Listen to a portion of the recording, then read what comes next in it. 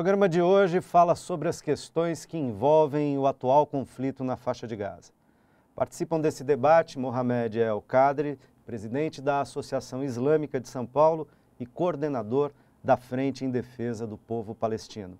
Reni Ozi Kukie, cientista político, e Dr. Nelson Nizenbaum, membro da Rede Judeus Brasileiros Progressistas, a JUPROG.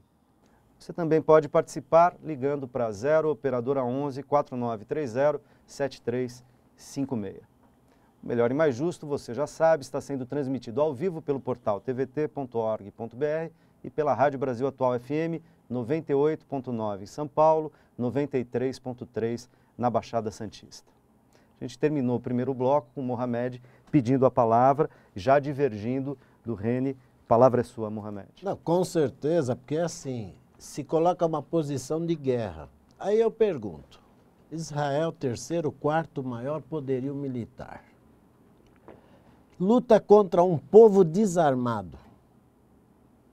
Os palestinos não têm aviões, que foram usados nos bombardeios. Os palestinos não têm aquelas navios de guerra que estavam bombardeando.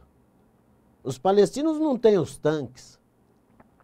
E o direito internacional lhe garante a autodefesa. A autodefesa.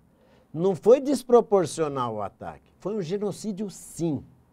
Agora, descaracterizar o massacre que aconteceu em Gaza é a gente trazer para nós aqui um debate do que acontece dentro de Israel hoje, que é radicalizar o Estado de Israel de uma forma sectária ao extremo, que teve deputada que deu declaração dizendo que deveriam matar as mulheres palestinas para elas não gerarem mais filhos.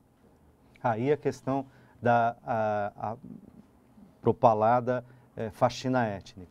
Pois é, e isso acontece na política prática dentro da Palestina. É uma faxina étnica, sim. Eles querem acabar com os palestinos lá. Agora, é o que eu digo sempre. Se lá atrás foi vencido o radicalismo, o fascismo e o nazismo, hoje vai ser vencido o sionismo também. Porque as mesmas práticas estão sendo feitas dentro de Israel contra os palestinos. A Palestina está sendo ocupada. Olha a barbárie de dizer que tem um armamento em tal lugar, então, mesmo que seja uma escola, mesmo que seja um hospital, vamos bombardear. Não importa que foram 420 crianças, não importa que a ampla maioria de civil. E aí eu pergunto, quem que o Hamas atacou? Soldados israelenses. Soldados israelenses. Olha o absurdo ainda que se colocou na mídia, a suposta prisão de um soldado israelense. O Hamas sequestrou um soldado israelense, sequestrou quem está invadindo a terra dele.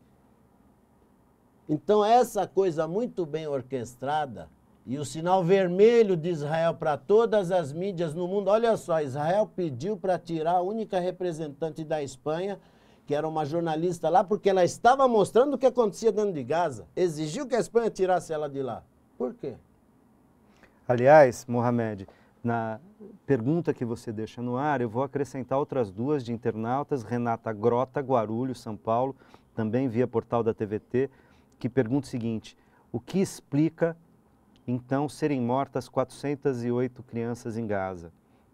E Clara Alberto, São Paulo, também pelo portal, pergunta: o que querem Israel e Palestina com essa guerra? Israel não se preocupa com a quantidade de inocentes que tem matado? Nelson.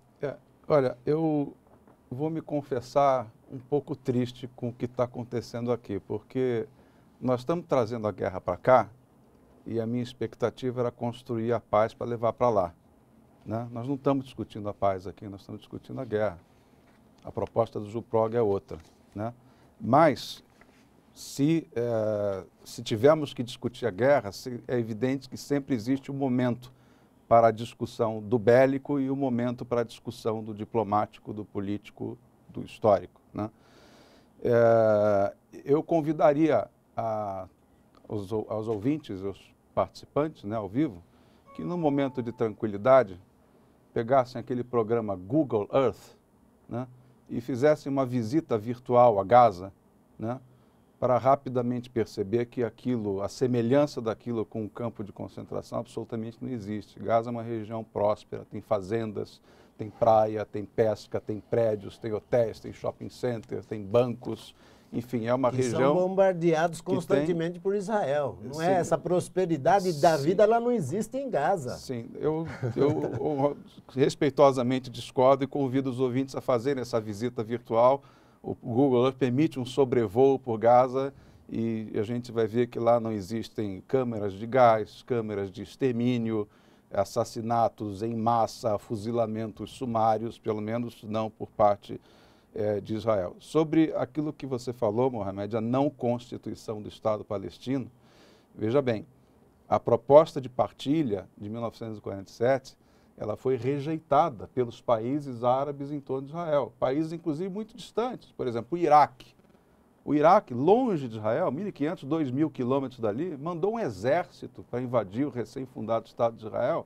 O Egito mandou tropas pelo sul, a Jordânia mandou tropas pelo leste, a Síria mandou tropas pelo nordeste, que são países que não tinham relação direta com os habitantes da Palestina.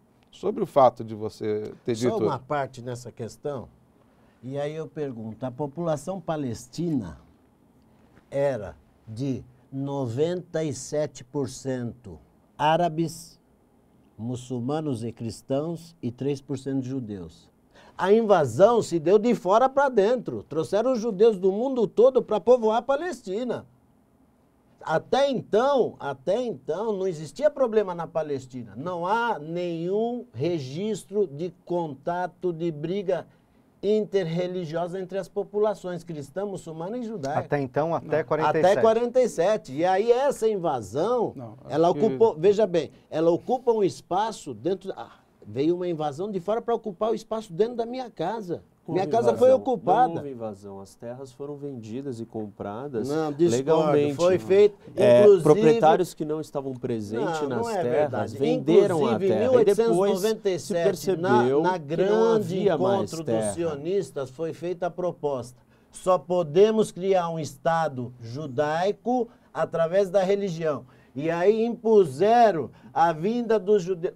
Tanto é que hoje, desde de 48 para hoje, a população é toda de origem russa, polonesa. Cadê a origem judaica lá da terra? Será que eles são a favor do Estado de Israel? Porque essa história vai muito mais para trás. Da comunidade ela vai muito mais judaica longe que é contra esse Estado de Israel, do que é contra os princípios 50, judaicos. 60, 70 anos. Essa história ela é muito mais antiga do que isso. É Ela uma história de 2.000 anos. Mas existia uma população desculpa, eu acho de que a gente está palestinos entrando em num 98. diversionismo, porque a gente tem que saber qual é a amplitude que a gente vai fazer o debate, quais são os limites territoriais, históricos e etc, etc. Senão a gente vai parar lá há 3.000 anos atrás. E embora esse debate seja importante, acho que muito necessário, nós não teríamos tempo para ir a 2, 3 mil anos então, atrás. Assim, acho que a gente tem que se limitar à conjuntura, não ao momento. Quer dizer, acho que o momento tem explicações relativamente próximas na história, embora tenha ligações com passados mais remotos, né? Mas aqui da criação do Estado de Israel em 47 e dali para diante nós temos uma situação que foi se tensionando com várias questões e que, claro, sabemos, ela é polêmica desde sempre, né? De lado a lado. E, novamente, me estendendo por uma coisa que me desagrada fazer, porque, como eu falei, a proposta do Juprog é levar paz para lá e não trazer a guerra para cá. Mas, enfim, vocês podem ter notado na abertura do programa, né, nas imagens que foram passadas, que não apareceu uma casa destruída em Israel por um foguete do Hamas. Nenhuma. Só mostrou Israel como agressor. Em nenhum momento mostrou Israel como agredido. E muitos foguetes caíram em Israel, destruíram indústrias, destruíram casas, feriram pessoas e assustam diariamente e continuamente, às vezes 90, 100 vezes por dia, toca uma sirene, a população tem que parar a sua vida, entrar no abrigo antiaéreo, porque não sabe, o sistema de interceptação não é 100% certeiro, mas já houve muitas vítimas em Israel, fatais e não fatais, estruturais e danos, né? E fora o dano financeiro, porque para Israel manter esse equipamento de interceptação, isso tem um custo altíssimo e, evidentemente, é um dinheiro que poderia ter sido usado para outras coisas. Mas eu vou novamente tentar chamar vocês o seguinte, vamos falar sobre paz, vamos tentar sair daqui com uma proposta? Sim, a proposta, né? Israel se retirar dos territórios ocupados, desde se retirar, aceitar o Estado palestino, acabar com o muro de apartheid. Aquilo é uma vergonha para a humanidade. Um muro que corta o Estado palestino. Foram arrancadas na Palestina 200 mil oliveiras pelo esse Estado ocupacionista sionista, Israel que se apega a fundamentos Gaza, racistas. não existe presença de Israel em Gaza. Agora, Reni, não existe presença, mas Israel não apoia o Estado palestino, né? Não apoia? Não. É um processo de negociação, não se chegou a nenhum consenso, porque não Israel, se tem negociação. Israel não por cumpriu favor, nenhuma resolução da ONU nos últimos 40 não existe negociação. Não aceita a criação do Estado palestino, não cumpriu os acordos de Oslo.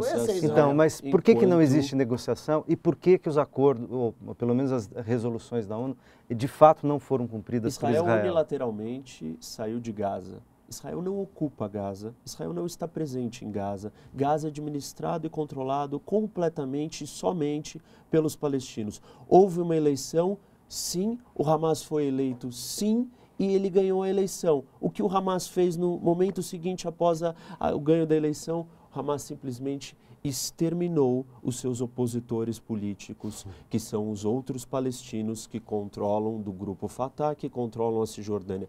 O Hamas é uma organização terrorista que ele é um dos grandes inimigos do povo palestino. E ele impede que o povo palestino chegue a qualquer negociação. Quem defende sua terra não pode ser Mohamed, terrorista. vamos ouvir só a conclusão aqui, depois você tem a palavra de novo. Obrigado. Você tem uma tentativa de negociação que não dá para você negociar só com uma parte. Então, ou negocia-se com todos os palestinos, ou se faz um acordo definitivo para acabar com o problema de uma vez por todas, porque Israel não gosta desse problema, ninguém gosta de ter essa situação. Isso não é um projeto de dominação e extermínio. A capacidade bélica, como o Mohamed coloca o tempo inteiro de Israel, é muito superior. Se Israel estivesse num projeto de extermínio ou de genocídio, isso já teria acabado. Isso é totalmente sem cabimento, essa comparação. É porque o próprio Mohamed traz os dados do potencial bélico israelense. Então é óbvio que esse não é o que está em jogo. O que está em jogo é uma tentativa de resolver. Para resolver, você precisa ter um acordo definitivo. Um acordo definitivo precisa ser negociado com todos os palestinos. Grande parte dos palestinos são representados pelo Hamas, inclusive em Gaza. Pelo Hamas, portanto. Isso, em Gaza, agora, pelo Hamas. E o Hamas não quer fazer acordo, agora, ele não quer recentemente, na tentativa de mediação, inclusive com a liderança egípcia e mediação da ONU, o Hamas não foi chamado à mesa, não é, para negociar. Eu queria dar a palavra. No Mohamed ainda temos um pouquinho de tempo no segundo bloco, mas continuaremos o debate no terceiro. Os acordos de Oslo foram em 93. O Hamas até então não dominava Gaza. E eu lembro da palavra do Arafat, pouco antes de falecer. Israel não cumpriu uma vírgula do que acordamos. Muito pelo contrário.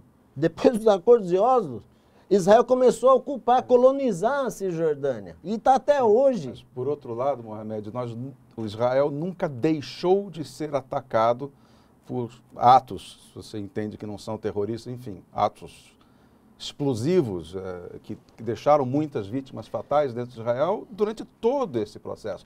Nunca houve um cessar-fogo por parte de determinadas facções radicais. E eu evito falar de povo palestino. Eu tenho um profundo apreço pela nação árabe. Tenho um profundo apreço pelo povo palestino e acho que eles são vítimas. Mas, infelizmente, não existe uma organização hoje dentro do povo palestino que impeça o radicalismo de determinadas facções. Então, mas você está dizendo desse momento hoje. Mas em 93 o Hamas não era força em Gaza. Mas havia outras forças radicais. Existiam outras forças radicais. O problema é assim, para quem está na situação que Israel está, é muito fácil. Mas quem está lá tem que se defender, sua casa destruída. Você vê, crianças palestinas vão à escola, passam por uma comunidade judaica lá de uma colônia, eles apanham, batem nas crianças, para não ir na escola. Olha que absurdo que a gente chega. Esse muro dividiu uma cidade aqui, que era 30 metros a casa de um outro, tem que andar 6 quilômetros para chegar lá. Quando tem autorização, porque os checkpoints também não deixam. Está em toda a ocupação. Então, assim, é muito fácil para quem não está sofrendo na pele essa restrição de direitos que é universal, que é insubstituível, que é inegociável. Agora, ficar justificando que agora não tem, os palestinos não estão unificados, ontem eles estavam, não deu certo, hoje estavam, não deu certo. Israel é um Estado criado na sua essência, é um Estado expansionista. Quando eles estavam, Reni, desculpe, eu preciso fazer mais um rápido intervalo e a gente volta com o terceiro bloco do debate.